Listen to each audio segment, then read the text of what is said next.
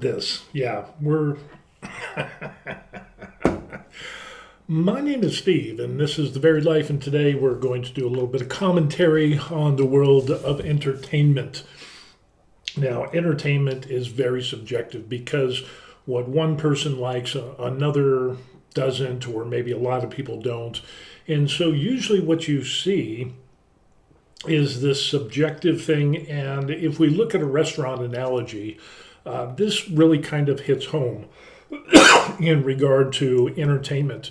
What producers and directors and story writers, and let's just kind of throw this under the canopy of Hollywood, and the people have money to invest into a movie, series, whatever it is that you have, they want to appeal to a broad audience.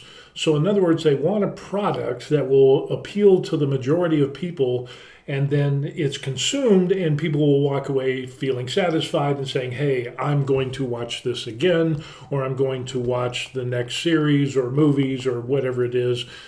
And people vote with their pocketbooks. In other words, they buy tickets, they buy products and merch and so on and so forth if the movie does well. And that's kind of what we see in Hollywood.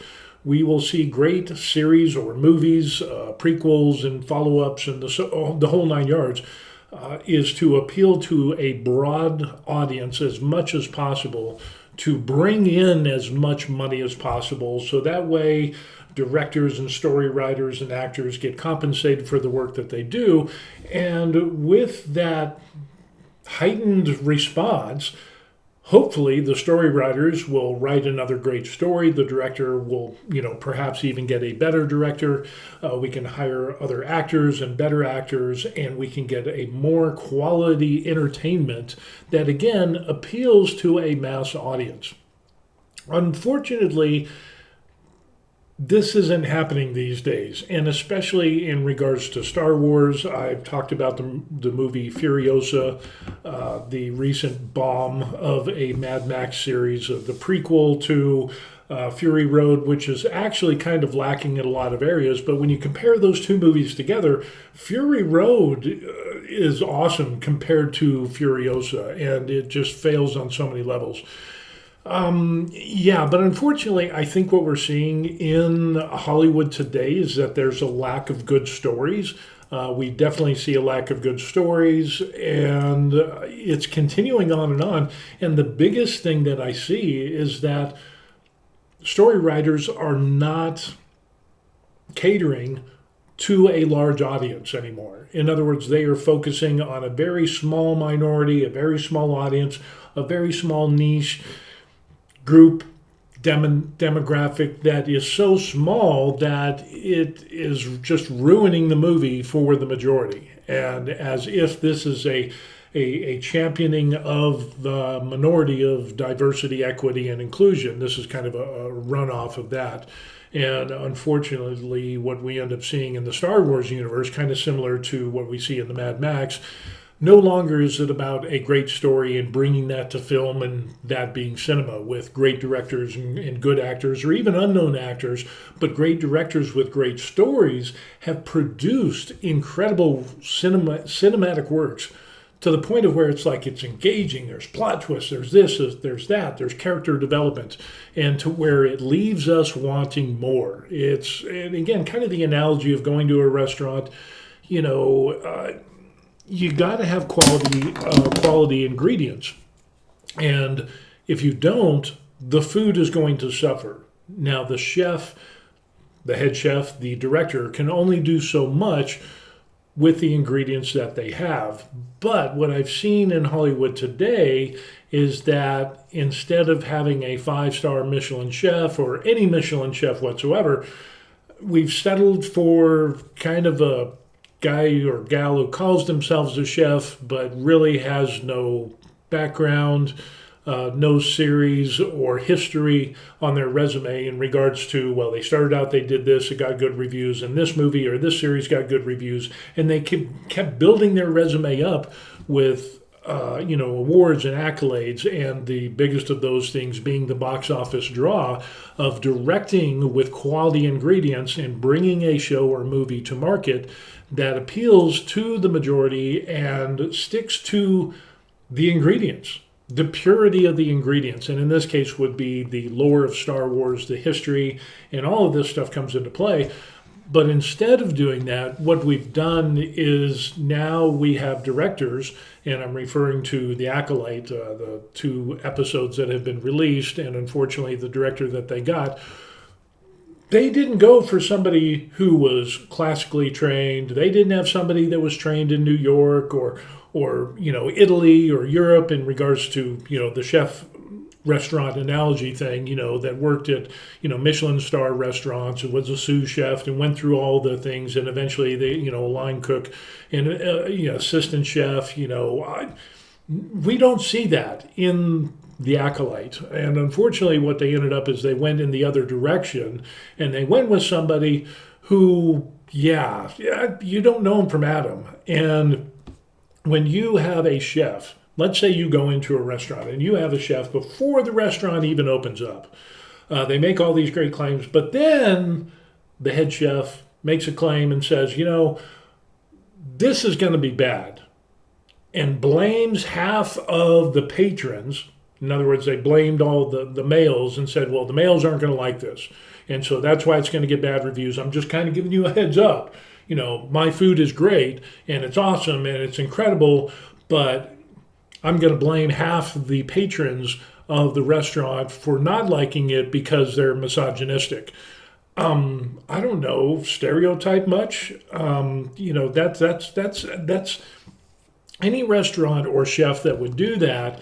That immediately throws up red flags, because when you pick out one sex of an entire group of people and say this is the reason that this is going to tank or bomb or whatever, is because of the male segment of society of visiting this restaurant, you're setting yourself up for failure. That is a gigantic, huge red flag. And that just goes to show that you don't have a Michelin star chef. You have somebody that is more on the level of Kitchen Nightmares. They're a legend in their own mind. They have their, we've seen Kitchen Nightmares with Gordon Ramsay.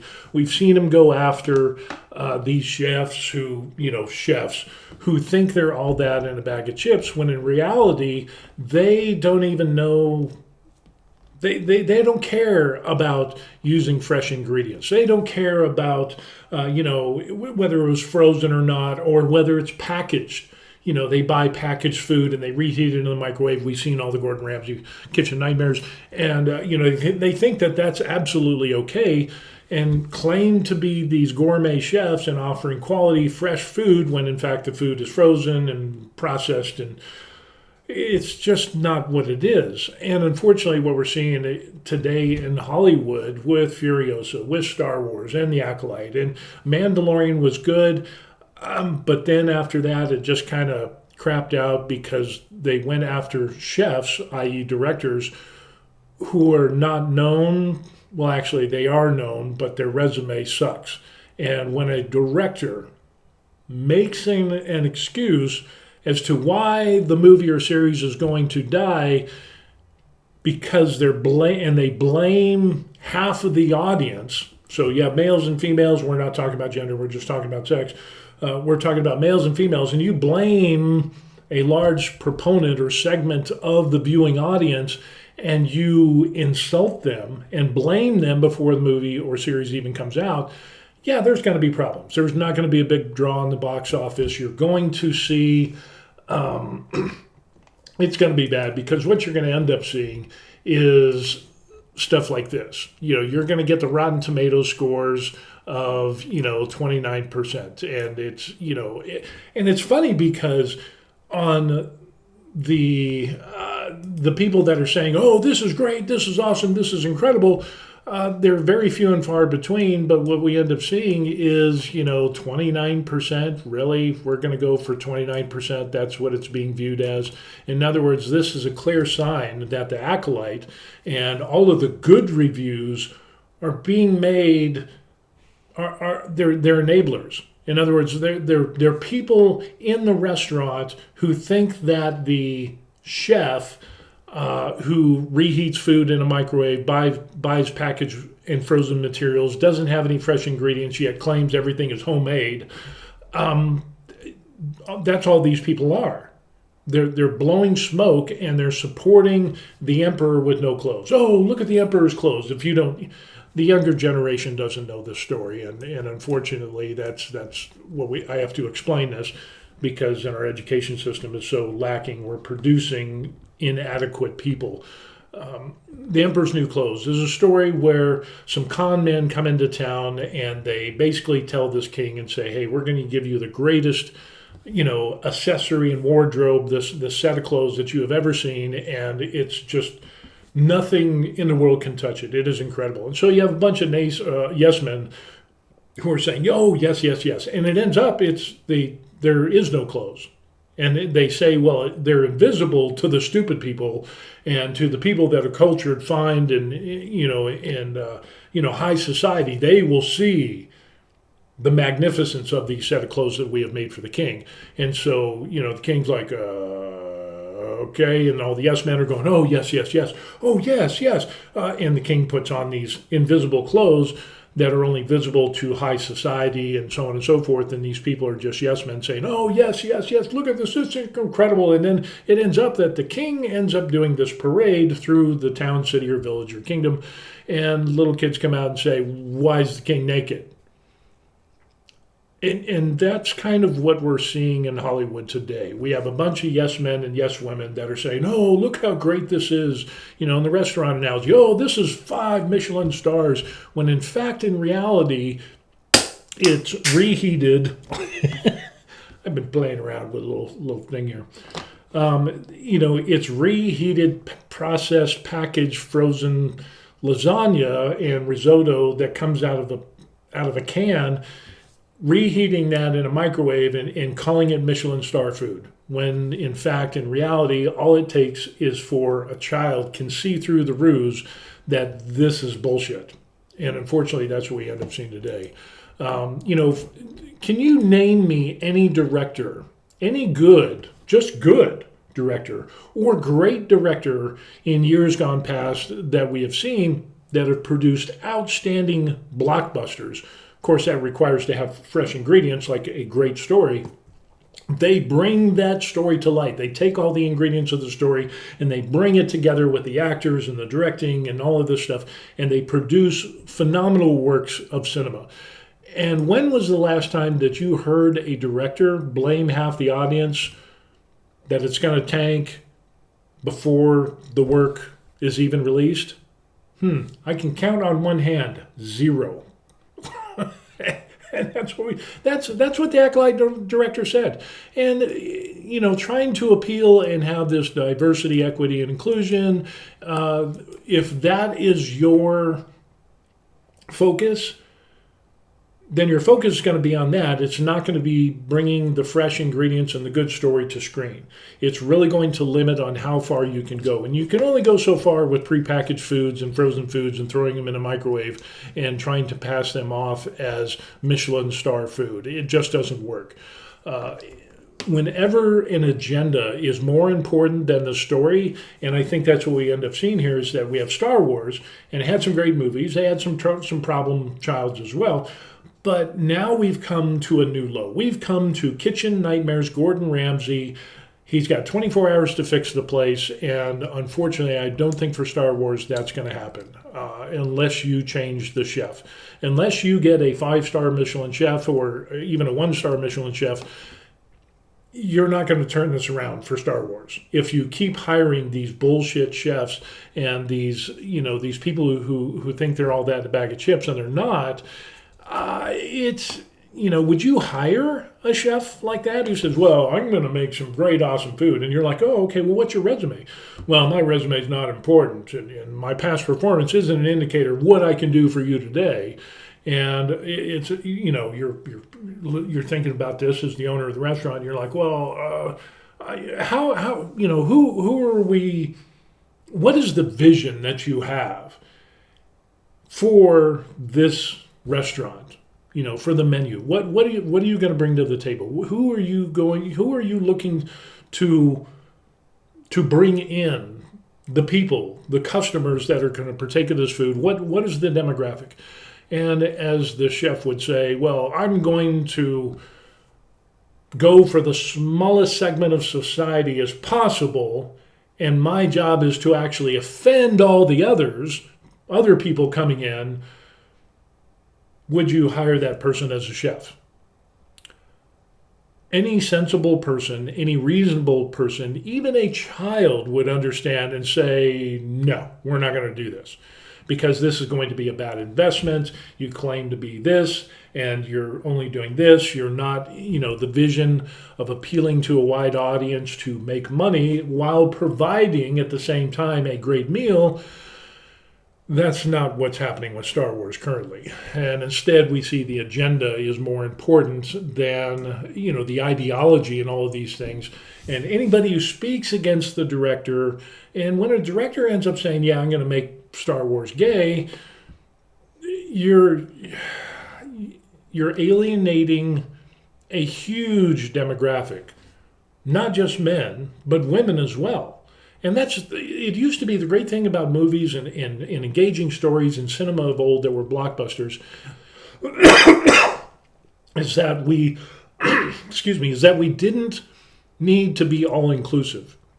And the case with this is Disney is before Disney made a concerted effort to have diversity, equity, inclusion, and represent everybody and everything. And of course, the big thing is, the minority of, LGBTQ plus, and whatever other letters and numbers they have after that.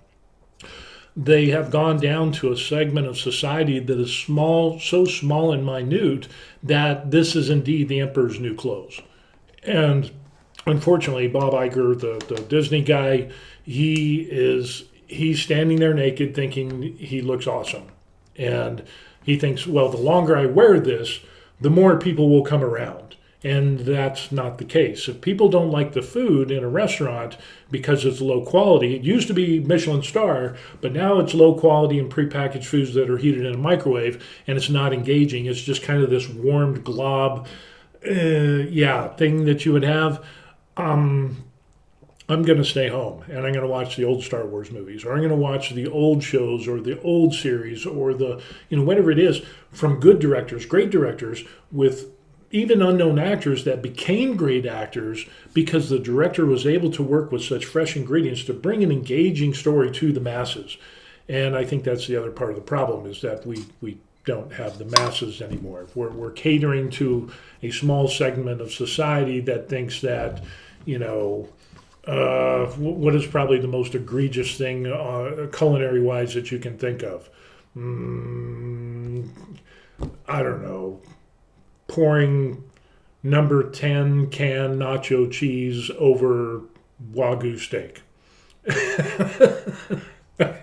And cooking it in a microwave. That's where we are today. And unfortunately, this thing that has come out in Hollywood, and I've talked about this in a previous video, is that, we must have strong female leads. That's the wave of the future. And it's like, no, it's not. Successful movies have had men and women where you have strong lead characters, whether they're men or women, and strong supporting characters. We see character background, we see character development, we engaging stories and plot twists and that keep us hanging on our seats and wanting to know more. And then to add some spices of action and choreography and the continuity that is brought in, we're not seeing that. What we're seeing is canned packaged food in a microwave, and it just leaves us kind of sitting here going, seriously, really? When you start thinking about doing your taxes when you're watching a show or movie, and unfortunately this is true with The Acolyte and with Furiosa, when you think about the shopping list, and you're just waiting for the movie to end. It's like you're rooting, not that the movie is good or the series is good, but that it's coming up close to the end mark of the movie because you're so tired, because it's nothing. It's a waste of going. It's like going to a bad restaurant, kitchen nightmares. And then when you voice and say, well, there is no character development, the food was bad, it was this, this, this, and this, and then you have people saying, well, oh, you're probably the same person that goes to a restaurant that argues and complains about the poor food. Yeah, because if you claim to be a Michelin star restaurant and you're putting out ravioli with nacho cheese on it and heating it up in a microwave and calling that gourmet food, you bet I'm going to complain. If my food is rotten, if it is raw and still icy on the inside, like we went to a restaurant supposed to have some really good burgers, and then the burgers ended up being burned on the outside, but still ice cold in the middle and raw, send it back to get reheated, and that's what Disney is doing. It comes back and it's burnt even more, but it's still raw and cold in the middle, and it's like, okay, I took a bite out of it, you replaced the buns and you took some condiments off, and then you just gave it a new bun, and you just burned my burger again, and then sent it back to me and said, hey, here you go. And it's like, so now the outside is actually charred and burnt, which is unedible, and it's dried out, but for some strange reason, they were still able to have raw, uncooked meat in the burger, and I didn't, I ordered medium. What are you going to do? Yeah, you're going to complain, and you have a right to complain, because what was advertised on the menu, and of course the health, cooking, and safety standards that restaurants should abide by, they're obviously not following, and the chef is an idiot. Yeah, you sent me back my burger that you just burned and still didn't even check the temperature, and it was still raw and cold. It wasn't icy cold, I'll give them that, but it was still cold to the touch and raw on the inside. And the waitress brings it back to me, and I take a look at it. It was interesting because they turned the burger around and tried to hide the bite mark of my burger that they just burned to shit, and tried to hide it with condiments and lettuce and stuff, and then just turned around so the part on the front looked like, oh wow, hey. But the problem was, it was like, yeah, that was way too fast to make a burger. I mean, it was a couple of minutes, and it was like, wait a second. So that tells me I'm not a foodie by any way, shape, or form. I'm not a snob or anything like that, but I have grilled a lot of burgers and made my own meals, and I know what tastes good and I know what's not. And I know when you cook something in a couple of minutes and it comes back and I smell this charred smell and it's black on the outside of my burger instead of having that caramelization. Yeah, I already know that the chef is a wackadoo. It's just somebody who claims, just like on Kitchen Nightmares, oh, I'm an executive chef and blah, blah, blah. And it ends up they're not. That's what we're seeing with Star Wars. And, we've seen Walt Disney. We've talked about Walt Disney before, and the price of their stock, and they have their hands in a bunch of pies.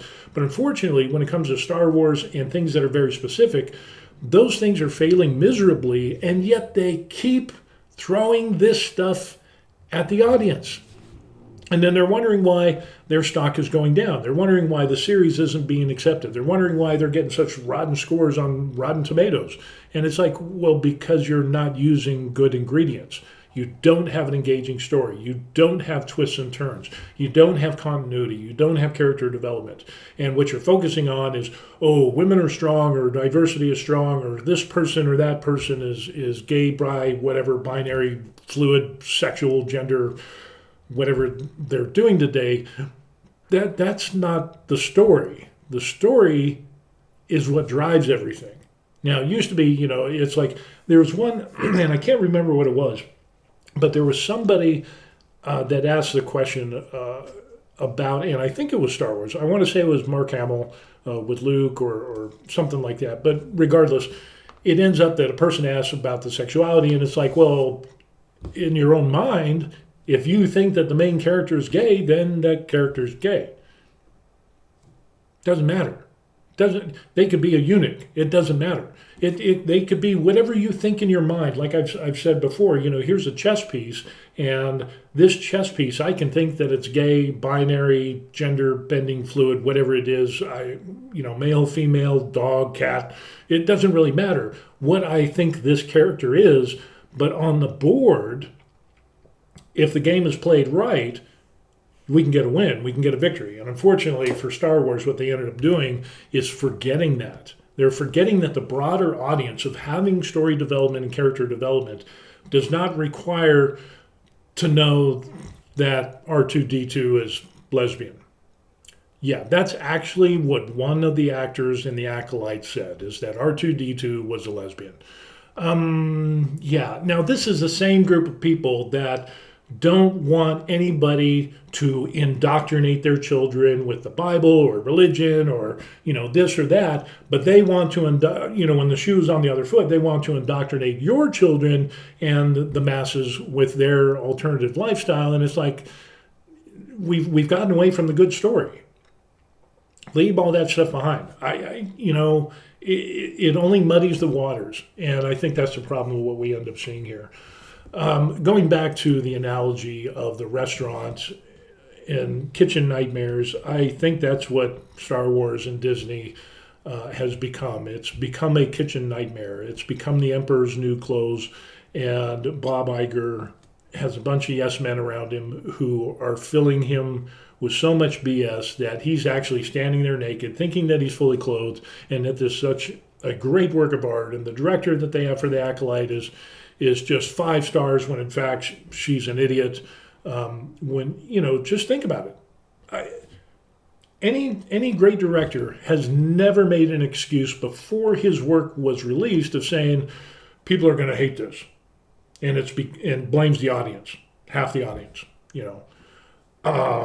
Yeah, and especially when you end up making excuses and saying that this is the problem, that the people, whoever doesn't like it, they're misogynistic. So now you're automatically assuming that anybody who puts a bad review on Rotten Tomatoes or whatever, you're assuming that there's only male Star Wars fans and there's no females.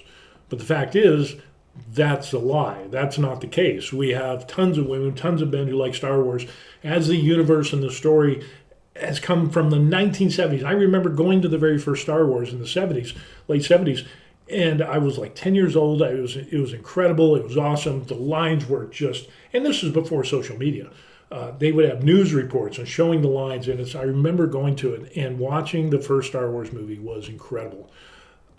And everybody loved it because the story was great.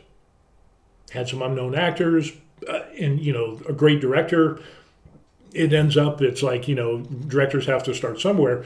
But if they don't understand storytelling, if they can't identify themselves what a good story is, then they can't suggest any rewrites. And so if you have a bad story and you have a bad director and they're stuck on an agenda, you're going to get a very piss poor movie. And when the director just blames people before it even comes out, that's a huge red flag, and that should let you know that, yeah, this is going to end poorly. The Acolyte is similar to Furiosa in the fact there's times where it's like no continuity in the story. It was just disjointed, too long. It just didn't it didn't check all the boxes of good quality cinema. I'm thinking about past blockbusters, and because they don't have fresh ingredients, they don't have a good chef. They don't, again, it's kind of like if you had a business and you want to hire somebody, even if you just wanted to hire somebody to paint your house or do a plumbing job, and they say, you have a plumbing job and you hire a plumber, and the plumber says, yeah, I'm the best, I'm highly rated on this and that and whatever, but you can't find them being rated that high anywhere. Imagine that. But this plumber ends up saying, well, I can do the work and it'll be incredible, it'll be awesome. But if there's any leaks, it's your fault. I'm hiring you to fix the leaks. And now you're going to blame me if you do the work and there's still leaks. That makes absolutely no sense whatsoever. That's what we're seeing with modern cinema today. And it's not even cinema. It's just like a propaganda arm for this such small demographic of people. It's like, less than 2% or whatever. And to the point of where great directors and writers of old, Snow White and the Seven Dwarfs. Now they got Snow White there's no longer the seven dwarfs, but you have these seven characters that, and none of them are little people or dwarves or anything, but they're all different races and sexual makeup and backups and whatever. And it's totally unrecognizable from the original story. So, and the thing is, it's like, well, these people need to be represented. It's like Disney was doing fine before they went on this kick and they had successful movies. So, what is the downfall? It's just like cooking. Gordon Ramsay goes into a restaurant, they film it, he orders the food and he's like, yeah, this is undercooked, this tastes like it's not fresh, this tastes like it's frozen, this tastes like it's been heated in a microwave or whatever, this tastes old, it's not fresh, or, it wasn't made today or whatever. And then you go back behind the scenes and you see the chef that is supposedly all that. You see the microwave, you see the cans of number 10, nacho cheese and whatever. You see the horrible conditions in which the food is being stored, and the claim of everything being fresh and homemade is actually prepared weeks in advance, and it's processed food and reheated, and it's not even labeled correctly. It's contaminated, and that's what we end up having with Disney, is that it's been contaminated, and there is no fresh produce. There are no fresh ingredients. The chef is selling you a wolf ticket, saying that they're great and wonderful, and yet, just like on Gordon Ramsay's Kitchen Nightmares, there are chefs on there, that will blame the customers, all of the people, as to why the restaurant is failing. Well, this is great food. They don't know what they're talking about. They don't know what good food is. That is exactly where we are with Disney. That's where we are with a lot of modern cinema. And when you try to enforce and focus on an agenda rather than having a compelling story and bringing characters and stories to light in quality fashion, your focus is going to be diverted, and that's what we end up seeing. So yeah, it ends up it's the Acolyte, it's the Furiosa, it's all of these things, and it's just really bad. The other one that I end up seeing that was just kind of horrible was Rings of Power. Rings of Power is just like, oh my gosh, seriously. I watched it. I wasn't expecting anything. I didn't read any spoilers, but watching the series, it was just like, it was hard to watch because of the story was so degraded and watered down, and they clearly had an agenda. And instead of having, a good story and following, it's not like Tolkien didn't write a lot of books about the Middle Earth. I mean, that should be so easy of just copy and paste, and you have a great work of art. But the problem is you have these people who are claiming to be directors, who are claiming, oh, we don't need that. It's kind of like somebody saying, oh, we're gonna do Romeo and Juliet, but we don't need any of the works of Shakespeare. We're gonna make up our own stuff. And even the stuff that they make up is severely lacking, and it doesn't appeal to a broad audience, unfortunately. So that's what we end up seeing. It's a shame. And actually, as somebody who's going to be 58 here pretty soon, it's making me want to go back and read books, to read stories, to read the Tolkien, to read, the great stories. And here's the other thing. We see great actors who are becoming directors, and what they want to do is bring great stories to the screen. And behind the scenes, so you have a great chef, they have some great ingredients, so they have engaging storyline, lore, history, the whole nine yards, and they want to bring that to the masses. And yet the powers that be, the owners of the restaurant, are trying to hijack this and set in this microwavable number 10 can fondue cheese, bullshit. And for the sake of diversity, equity, and inclusion, and try to pass that off as Michelin star food. It's just not happening. We see this with Warhammer. I think this is Henry Cavill is, he was in Mission Impossible. He was awesome there. He did The Witcher, which was an awesome series. And then they kind of wandered off the path of the Witcher lore and story and so on and so forth. And yeah, it's gone downhill. I'm still hoping that we will get, his replacement, Hemsworth or whatever, Chris Hemsworth's brother. Hopefully, we'll he can do something, but there's such creative difference. And it's like when you have somebody like Henry Cavill, who ends up not only knowing the books and the lore and making suggested edits and saying, hey, he's been on record of saying, hey, here's the story that we're doing, here's where we're at. And he goes, hey, I think what we should do is go back to this book here on page this, second paragraph down. Let's use this line because it'll bring in, connect. Boom. That's awesome. That's incredible. But what we have today is let's just make up shit. Let's just make up shit that doesn't make any sense in the Star Wars universe or any universe. And, what we end up seeing is we kind of get the Wish.com Henry Cavill or Cavill. You've seen that meme where it's like there's Henry there, as the Witcher and just buff, great, awesome acting, great story. And then you order off of Wish.com and you get Chris Hemsworth's brother. And it's just like, yeah, it's Wish.com. If you don't know what I'm talking about, look up Wish.com memes and you'll totally understand what I'm talking about. And that's what's happening with the modern cinema that we have today, especially with Disney, and it's branching out into so many other areas. Henry wants to bring Warhammer 40,000 to the screen, which has been around for 20, 30 years or something like that. It was back in the 80s when that started, a tabletop war game. Here's a little dude that you can end up seeing that I was painting, if it'll ever focus. But anyway, incredible storyline, so much material that has already been done that doing a script should be easy. But they're making it out to where now the powers that be want to hijack it and have allowed it to be hijacked at the behest of BlackRock and other investors that have a lot of control over what's being put over the airways in the entertainment industry, of focusing on this DEI stuff.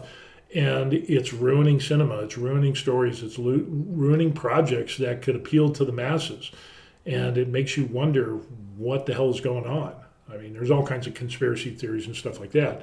But hopefully, Henry will be able to bring about a product for Warhammer 40K to the big screen, and maybe a series, the whole 9 yards, that is true to its form, to the story line, that has men and women and aliens and creatures and so on and so forth. Even, we look back to George Lucas and, it's like, well, how come it's always the white guy or this or that? And the majority of the Star Wars universe, if you read the books, and I have to say, when I was younger, I geeked and, I used to read the Star Wars books.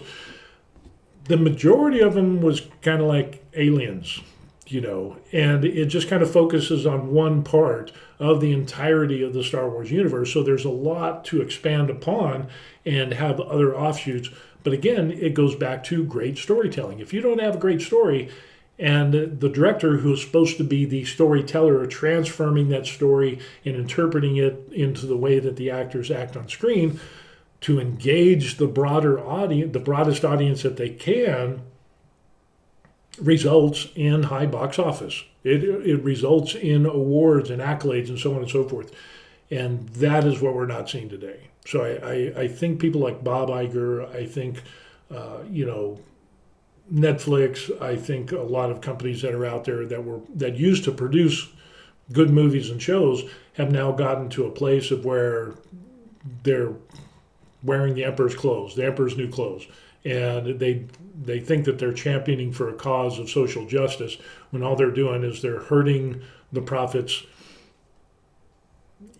They have investors that they need to answer to. But unfortunately, this is an interesting change, is now we have investors that control the purse strings of these production companies and movie companies and so on and so forth. And they have come to a place of where it's like, we need to be a champion for something, and they reached out on social justice. And that is what they're hanging their hat on. So they're thinking, if we have this onslaught and we just keep throwing money at this, eventually the masses will accept it. But they're not. And there's even rumors that we see on social media where, great actors and great directors are there's rumors, talking about pooling their money and starting their own production companies to get away from this bullshit and going back to producing great stories. There's a ton of great stories out there. But whether people will adhere to those storylines and the lore and the history and the twists and the turns and make it engaging and have a continuity with it and, make it engaging for the masses, yeah, it's amazing. But unfortunately, these subpar chefs, and it's even a shame to even, in the analogy to call these directors chefs, who insult the majority of their audiences and claim that people are, that if you don't like the movie or the series or whatever, that you're automatically misogynistic. How is that possible if a lot of people who are leaving bad reviews are women? How can a woman be misogynistic? I'm not sure. Or attacking and saying that people are homophobic because you gave the movie or series a low score, when there's a lot of homosexuals and alternative lifestyle people who are diehard Star Wars fans, both men and women and everything in between, are saying, yeah, this sucks. Yeah, stereotype much? Hypocrite much? We've gotten into this place of where we blame everything except for our own actions. And that's what we see in Hollywood today. So yeah, it's very, very problematic. And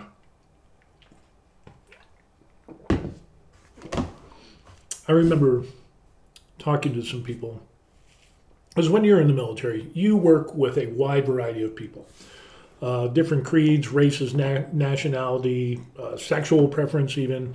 And I was in where it was homosexuals were frowned upon in the military. Me, I was a little bit more progressive because that's not how I swing. It's not how I roll, obviously. Happily married for 34 years, and my wife is awesome.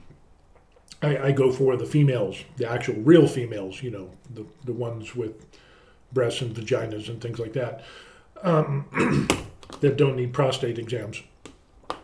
So I figured during my time in the military, if you do your job and you do it well, I don't really care what you do in your off time. I don't want to hear about it. I don't preach about my heterosexuality, and forcing it down people's throats. And in respect, I don't want that to be done to me. Just like I don't want religion pushed down my throat, I'm not going to push religion down other people's throats or whatever. If there's a chance to share our opinions, if somebody is interested, then I'll share how and why, and my background and why I think and believe and work and live the way that I do. But I'm not going to disassociate myself from people who have an alternative lifestyle, who have that same mentality of saying, hey, I'm not going to force this down your throat, but if you have questions, we can have a discussion and a conversation. So during my time in the military, I didn't care about that stuff. And I've had people who were alternative lifestyles, at the time in the military when it was very frowned upon, or during the time when it was don't ask, don't tell. That was a huge thing. It didn't really bother me because it's not on the agenda. That's not part of the work requirement of me knowing or me telling my boss my sexual preference or whatever. It's show up, do the job, work hard, play hard, and then we go home and you do whatever you want to do, as long as it's not illegal. So that was it. I didn't really care. And, I've had some great discussions with people who had alternative lifestyles, who still have alternative lifestyles, who are the same mindset, and they don't understand why Disney is going through these steps, why Netflix, and why these production companies and these directors are trying to hijack. They can't produce good stories on their own, so they have to hijack existing good stories and try to interject themselves and to take over.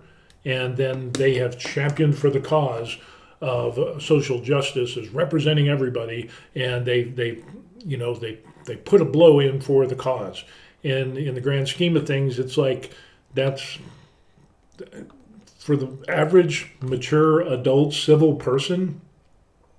No matter what your sexual orientation is or practice, we don't care about that. We want a good story. The same thing if you read The Hobbit, The Lord of the Rings, and all the Silmarillion, and all of the, tons of other great works. Heck, you could even say Shakespeare, the works of Shakespeare.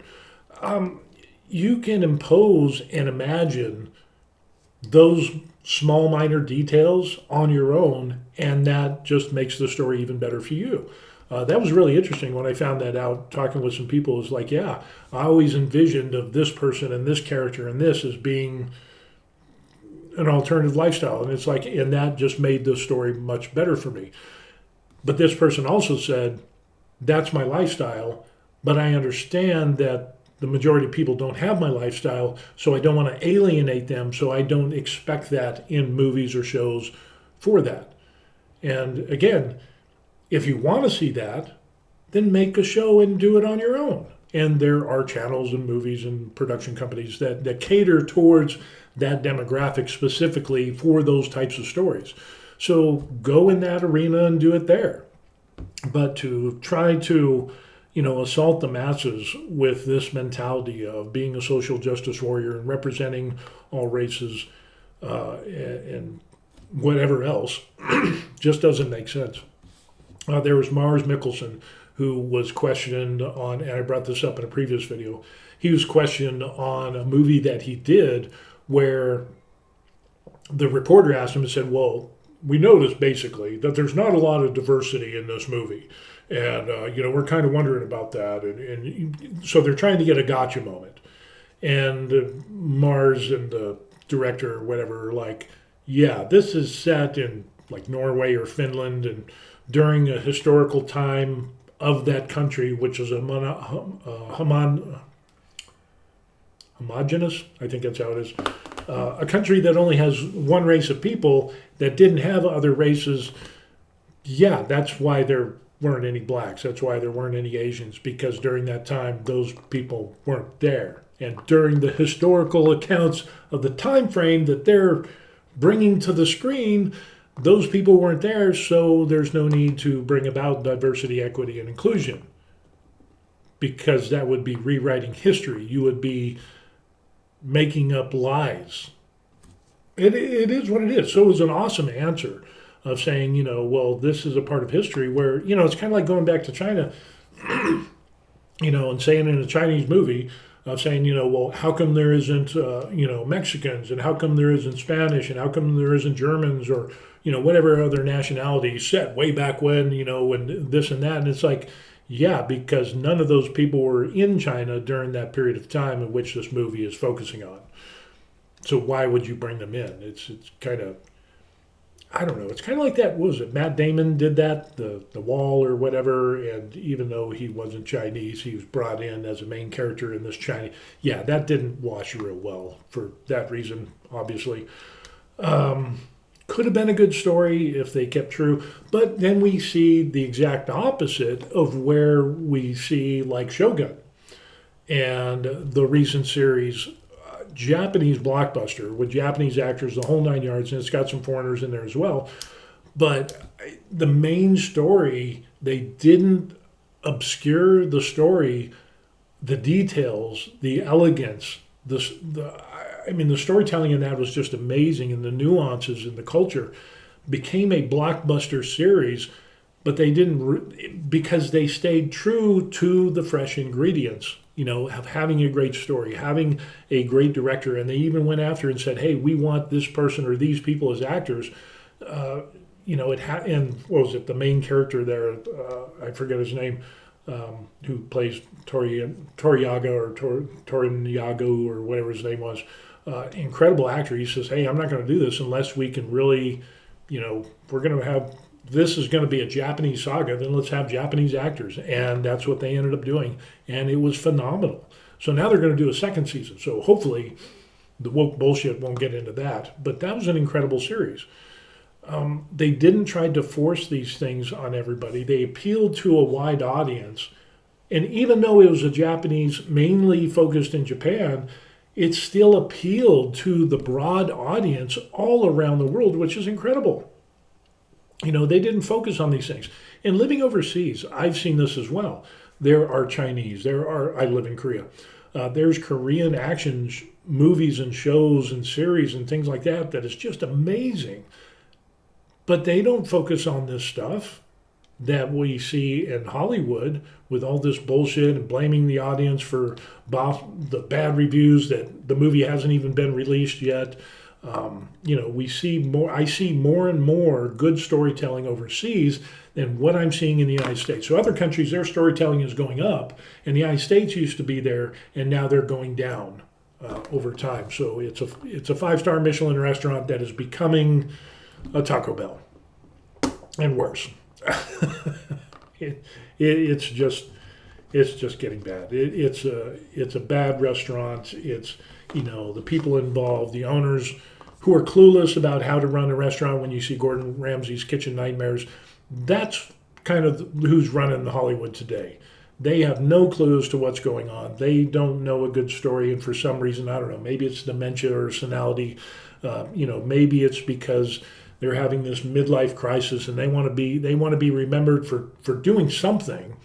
And somebody put it in the bug in their ear, so they're kind of like the emperor with the new clothes. They're standing there totally naked, thinking that they're striking out and making a blow for social justice, when in fact, it's just stupid. Yeah, and the ticket sales, the ticket booth shows that to be the case.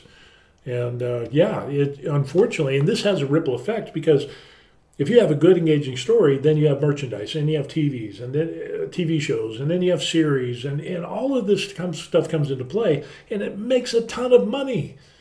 But if you don't, it's going to ripple out. Your merch is going to suffer. You're going to have people that are going to say,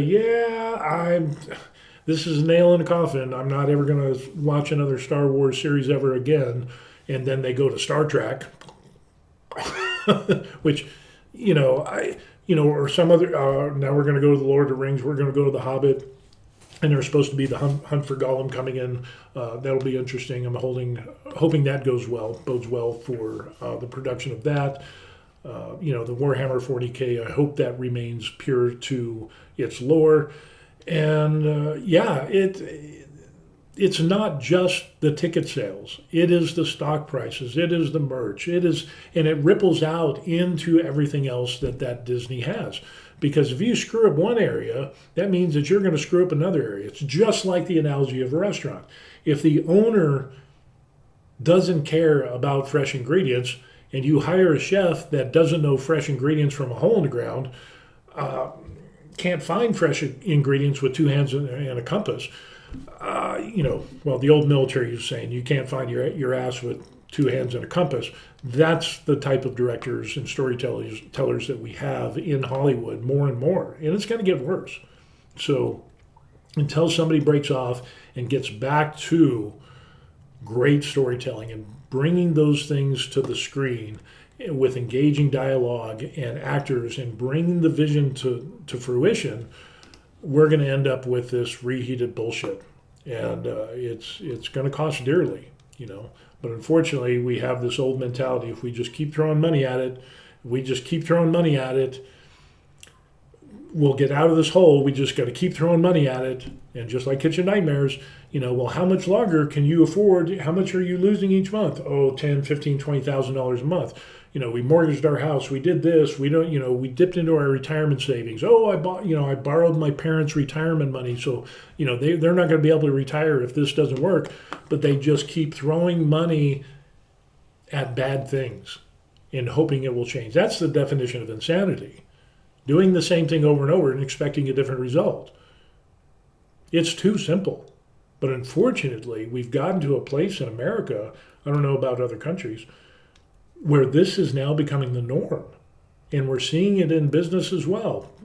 Profits be damned. We want diversity, equity, and inclusion. We no longer want the best person for the job. We want diversity, equity, and inclusion, which last time I checked, like with Boeing, my diversity, equity, and inclusion, my race, sexual orientation, and all that other stuff has nothing to do with me turning a wrench and maintaining an aircraft. But if you hire somebody who's a qualified mechanic and you have a mechanic over here who's maybe not so qualified but fits the bill for diversity, equity, and inclusion, and you hire that person instead, your quality of maintenance is going to go down. and that's going to affect the safety of the aircraft and passengers. And oh yeah, doors blown off and so on and so forth. Same thing with doctors. We see, I've talked about that in the past, is now it's all about DEI. And instead of having the best person for the job, and I don't care if the person is Indian, Asian, whatever, I just want the best doctor. But now we're actually setting the best person aside, the person who got great scores on the SAT, who, their pre-med degree, they got 4.0s or 3.5 or higher. Now we're looking at people, we're setting those people aside, and we're going after people who have less standards, lower standards. And, like I said in a previous video, now we have medical schools in California that are reeling, that can't even take their board and their shelf exams without multiple failures, and they're being allowed to squeak through. So with such high failure rates, you're going to either have incompetent doctors, or you're going to have people that can't pass their board and their shelf exams, and they're going to be serving your coffee at Starbucks with a huge amount of student debt for the medical school that they failed to pass, because what was more important was diversity, equity, and inclusion, rather than somebody who has regardless of race or sexual orientation, somebody who actually met the high standards that is required for the medical profession, medical school, and being a doctor stuff. Yeah. I'm really enjoying being retired overseas, because I'm not seeing as much of that crap here in Korea as I do in the United States, thank God. There's still, every country has their own problems. We still see an infiltration of some of that stuff, but it's not at the obscene level of what we see in the United States and some other countries. So yeah, that might be a benefit of just wanting to retire overseas, is to get away from the bullshit, and get qualified doctors. I don't know. It's kind of interesting. So anyway, that's what we got going on. So I thought I'd do this little Star Wars restaurant analogy thing, because I read a post and somebody who said, oh, anybody who complains against the Acolyte, it's like if you went to a restaurant and left a bad review because you said the food was bad. No, the food is bad. It's not fresh. It's cooked in a microwave. It's processed. It's number 10 cans of, it's prepackaged microwavable meals. It's funny because in some of the Gordon Ramsay stuff, he actually takes like a guy who used to make award-winning pizzas, and then he takes his pizza, and then he has store-bought frozen pizzas, heats all of those up, and then does a taste test. The people loved the frozen Walmart grocery store pizzas over this guy's custom-made award-winning pizza. So what does that tell you? That's exactly what we're facing today. And there was nothing that you could do to convince this guy that his pizzas were bad. Everybody loved them. And it's like, no, you don't. It's terrible. It's bad. They're not fresh ingredients. You're buying prepackaged dough. You're not even cooking it correctly. And so in other words, you're a bad chef. Bad ingredients, bad chef, you're going to get bad products. That's what we see with Hollywood. Bad stories, bad directors, bad products. Same. All right, that's going to be it for today. Put your comments in the comment section down below, and we'll see how it goes.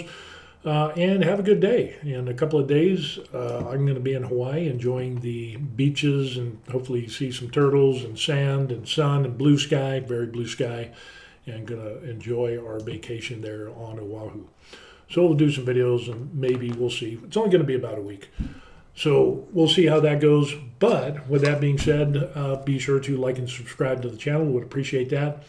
For these little commentary things, if you like kind of like miniatures and 3D printing stuff, and because I got like stuff like this dude here, yeah, the alien dude, I printed him up and painted him, resin printing, painting, all of that stuff. I got some fitness stuff on my channel as well. Would appreciate that.